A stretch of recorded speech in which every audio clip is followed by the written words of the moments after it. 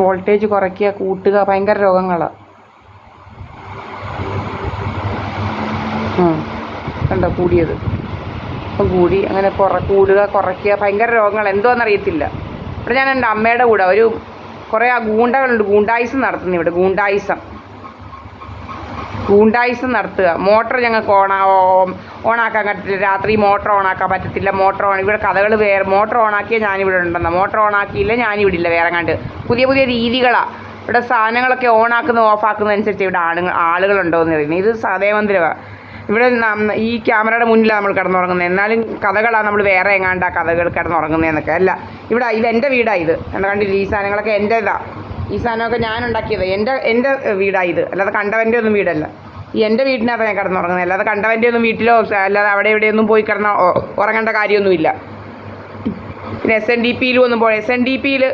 SNDPയിൽ ഗുരുദേവൻ്റെ അവിടെ ഉണ്ടാക്കി വെച്ചിരിക്കുന്ന കണ്ട ആണുങ്ങൾക്കും പെണ്ണുങ്ങൾക്കും കൂടെ കിടന്നുറങ്ങാനുള്ള സ്ഥലമാണോ അത്? ആണോ? അവിടെ ആണോ? 323 നമ്പർ SNDPക്കകത്താണോ ആണും പെണ്ണും കൂടെ കിടന്നുറങ്ങുന്നത്? തോന്നിയാസം പറഞ്ഞുണ്ടാക്കുന്നവൻ്റെ ചെവിക്കുറ്റി അടിച്ച് പറിക്കണം. ശരിക്കും പറഞ്ഞു കഴിഞ്ഞാൽ ഇങ്ങനത്തെ തോന്നിയാസവും ഒക്കെ പറഞ്ഞുണ്ടാക്കുന്നവൻ്റെ ചെവിക്കുറ്റി കാരണം അടിച്ച് പറിക്കേണ്ട സമയം കഴിഞ്ഞ്.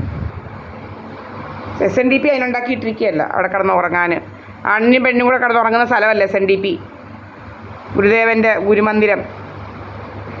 ഗുരുമന്ദിരത്തിലല്ല ആണും പെണ്ണും കൂടെ കിടന്നുറങ്ങുന്നത്. അത്തരം തോന്നിയവാസം പറഞ്ഞുണ്ടാക്കാൻ വന്ന കുറേ അവന്മാരാന്ന് വെച്ചാൽ സോമരാജനും ഒരു മോഹൻ സിംഗും സദാനന്ദ മന്ദിരത്തിലെ, പിന്നെ ഒരു സൽപ്പകവല്ലിയുടെ വീട്ടിൽ വന്ന് കയറി താമസിക്കുന്നവരവനുണ്ട്. ഒരു മലപ്പുറംകാരനൊരു സുബ്രഹ്മണ്യൻ എന്ന് പറയുന്നവനും, പിന്നെ ഈ പത്മജൻ എന്ന് പറയുന്നവൻ അവിടെ പൂജ ചെയ്യുന്ന അവനാ അവിടെ കിടന്നുറങ്ങുന്നു, എൻ്റെ കൂടെ ഉറങ്ങുന്നു, എൻ്റെ കൂടെ പൊറുക്കുന്നു എന്നൊക്കെയാണ് കഥകൾ അവനിങ്ങനെ കുറേ കഥകളുമായിട്ട് നടക്കുക. അവന് ഭയങ്കര പ്രാന്ത്. അതുപോലെ സുബ്രഹ്മണ്യനും ഭയങ്കര പ്രാന്ത്. ഇതുവഴി ഇത് വഴിയാണ് എൻ്റെ അപ്പുറത്ത്.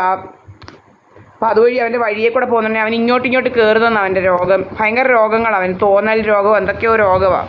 എന്തോ രോഗമാണെന്ന് നമുക്ക് മനസ്സിലാവുന്നില്ല അവൻ്റെ രോഗം. ഇത്രയും രോഗമുണ്ടോ പൊന്നച്ചാ?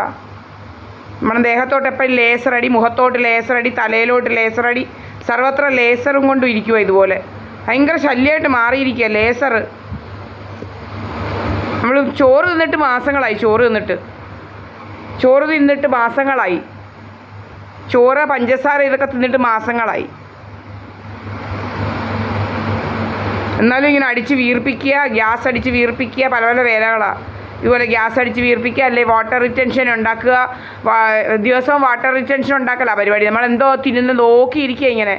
ഇവിടെ ഇങ്ങനെ നോക്കിയിരിപ്പാ ജോലിയന്മാർക്ക്, വേറെ ജോലിയൊന്നുമില്ല. ഇങ്ങനെ നോക്കിയിരിക്കുക, ക്ലോസ്ലി വാച്ച് ചെയ്തുകൊണ്ടിരിക്കുക അവന്മാരുടെ ജോലി. അവർക്ക് വേറെ ജോലിയായിട്ടൊന്നും ഇല്ല. ഇവന്മാർ കുറേ എണ്ണം ക്രിമിനലുകൾ എങ്ങനെ ക്ലോസ് ആയിട്ട് വാച്ച് ചെയ്തിരിക്കുക. നമ്മളെന്തോ തിന്നുന്നു, എന്തോ കുടിക്കുന്നു. നമ്മളിതാ തിന്നുന്നത് ചേന. പിന്നെ ഏത്തപ്പഴം തിന്നാൽ എന്തെങ്കിലും എന്തോ അങ്ങ് വണ്ണം വെച്ചു. ഒരു ഏത്തപ്പഴം തിന്നുമ്പോഴത്തേന് ഒരു കൊല ഏത്തപ്പഴം തിന്നായിരുന്നു ഞാൻ പണ്ട്. ഞങ്ങൾ ഒരു കൊല ഏത്തപ്പഴമായിരുന്നു തിന്നുന്നത്. എന്നിട്ട് ഒരു വണ്ണവും വെച്ചില്ലായിരുന്നു പണ്ട് കൊച്ചിലെ. അങ്ങ് വണ്ണം വെക്കുമെന്നോ ഏതാണ്ടല്ലോ, എന്തുവാണെന്നറിയത്തില്ല. വണ്ണം മുഖമൊക്കെ ഇങ്ങനെയാണ് വീർപ്പിക്കുന്നത്. വാട്ടർ റിറ്റൻഷൻ ക്രിയേറ്റ് ചെയ്ത് അങ്ങ് വീർപ്പിക്കുക. ഇതൊക്കെ ആർക്കാ ചെയ്യാൻ പറ്റാത്തത്?